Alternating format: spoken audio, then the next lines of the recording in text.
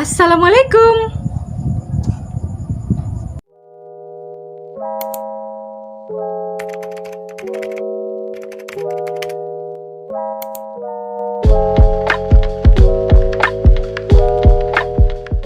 Hello guys, it's me again Fatima Azahro. No matter how fast the time passes and we meet again in this video, which will definitely discuss the matter in the module. So, in this video, I'd like to discuss a little bit about Module 7 with title Leisure Activities. What the hell does that mean? It's simple defined as free time.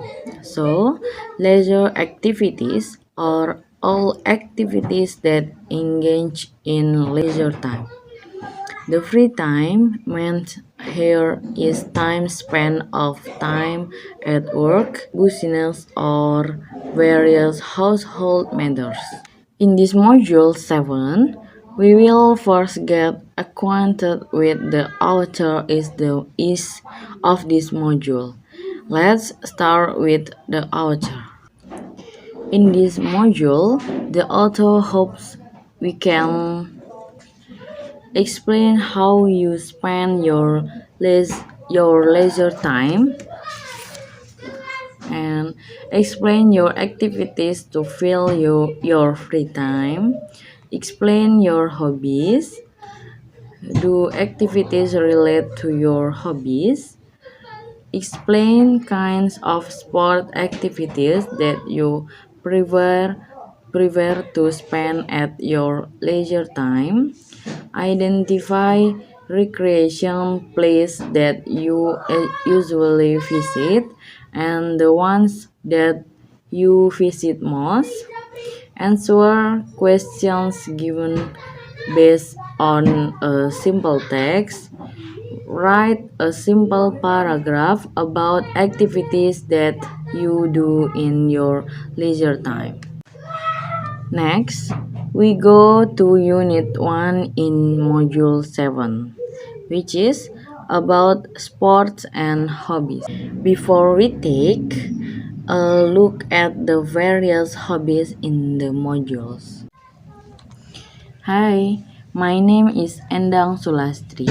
My college call me Endang. I work for Universitas Terbuka. I am the head of public relations. You see the picture? It's me. I am having an exercise. I like sport. Sport is my hobby. What is your hobby? Hi, I'm Udin Winata Putra. I'm the director of postgraduate program at Universitas Terbuka. Miss Endang is my instructor in sport. You see my picture? I'm following Miss Endang's instructions. Like Miss Endang, sport is my hobby. What is yours? Unlike Mrs. Sulastri and Mr. Winata Putra, sport is not my hobby. Of course, I sometimes do sport. My hobby is writing. Actually, writing is not only a hobby, but it is also my profession. I write to make a living. What is your hobby?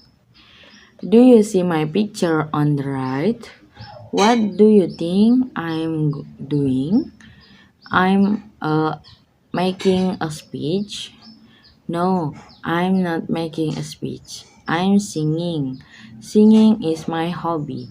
What is your? After getting acquainted with some who share her hobbies, it is an open university staff that we will now learn about hobbies. And let's take a look at this sentence pattern. My hobby is singing. My hobby is swimming. My hobby is fishing. My hobby is cooking. My hobby is playing chess. My hobby is playing football. Based on the chart, We could say my hobby is singing, my hobby is fishing, my hobby is cooking, my hobby is playing chess, my hobby is playing football, and many more.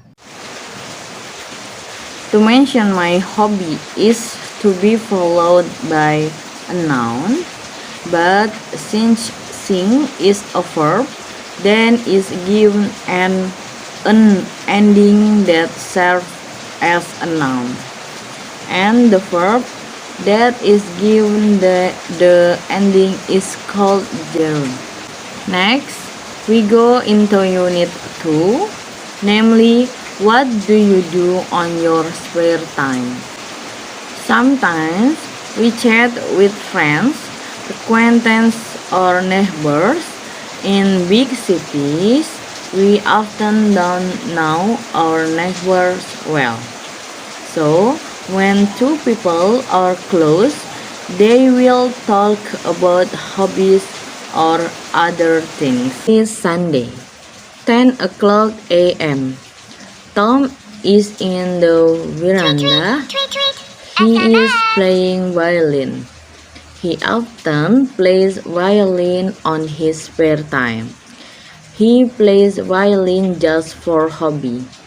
Just a second ago, Ian came. Ian is Tom's neighbor. He is also Tom's colleague. They work at the same office, but in different departments. Ian, hi Tom, how are you doing? Tom, fine, come and have a seat. Ian, thanks. I heard someone's playing violin. I knew it was you, so I come. I hope I'm not bothering you. Tom, no, not at all. I usually practice my violin on my spare time. Ian, that's good. Tom, yeah, but I'm not so good in playing violin. I do it just for fun. What about you? What do you do on your spare time? Ian, me. Well, I usually read books. I sometimes cook for lunch. Tom, you cook? Ian, yeah. Tom, really? Ian, just for fun. I cook with my son. He likes cooking. We sometimes cook on Sundays. Tom, it's interesting. I don't cook. I know nothing about cook. My wife does. I think I have to taste your cooking sometime. Ian, I will be glad. Well, I have to go home. My son is waiting for me. We are going to cook. Come this afternoon if you want to taste my cooking. Tom, okay, I will. Bye. Ian, see you. Next, we look at some things that may be hard to understand. It's Sunday, 10 o'clock a.m. AM is a stand for the meridian NT used for morning frames up to 12 noon. So, when people say 10 a.m., it's 10 a.m.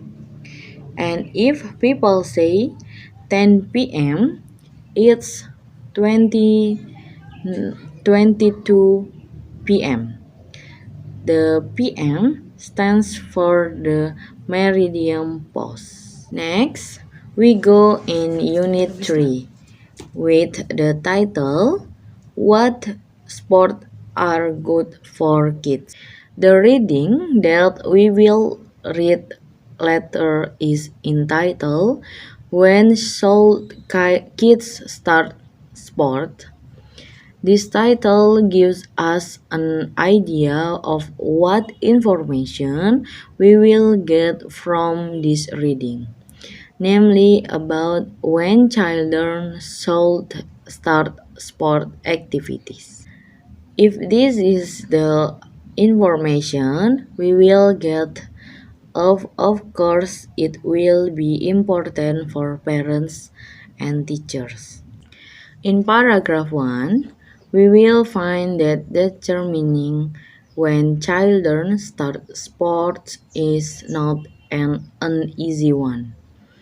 Children of the same age have different psychical and psychological maturity, and there is no practical way to measure this maturity.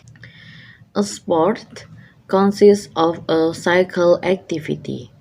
It is carried out under a set of rules. It has it has a recreational purpose for competition, for self-enjoyment, to attain excellence, for the development of skill, or some combination of these. The difference of purpose is what characterizes sport, combined with the notion of individual or team skill or prowess. The Chinese have done sporting activities since 4,000 old time. Gymnastics were a popular sport in China. Farrokh moments tell us that a number of sports, including swimming and fishing, were well developed thousands of years ago in ancient Egypt. Other Egyptian sports include high jump and wrestling. An ancient Persian sport, Zorhane, had a close connection to the warfare skills. In the following activity, we will practice reading the text.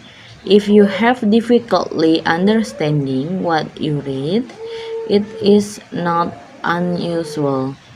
So let's not get too desperate when we cannot figure out what we are dealing with. So first, no fear. If we are scared, we will run before the game.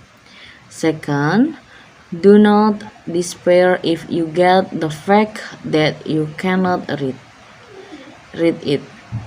In the learning process, we often experience unpleasant things, and that is part of the process. A part of the process, if we do not despair, we will try and try in many ways. Cannot go one way, we will try the other.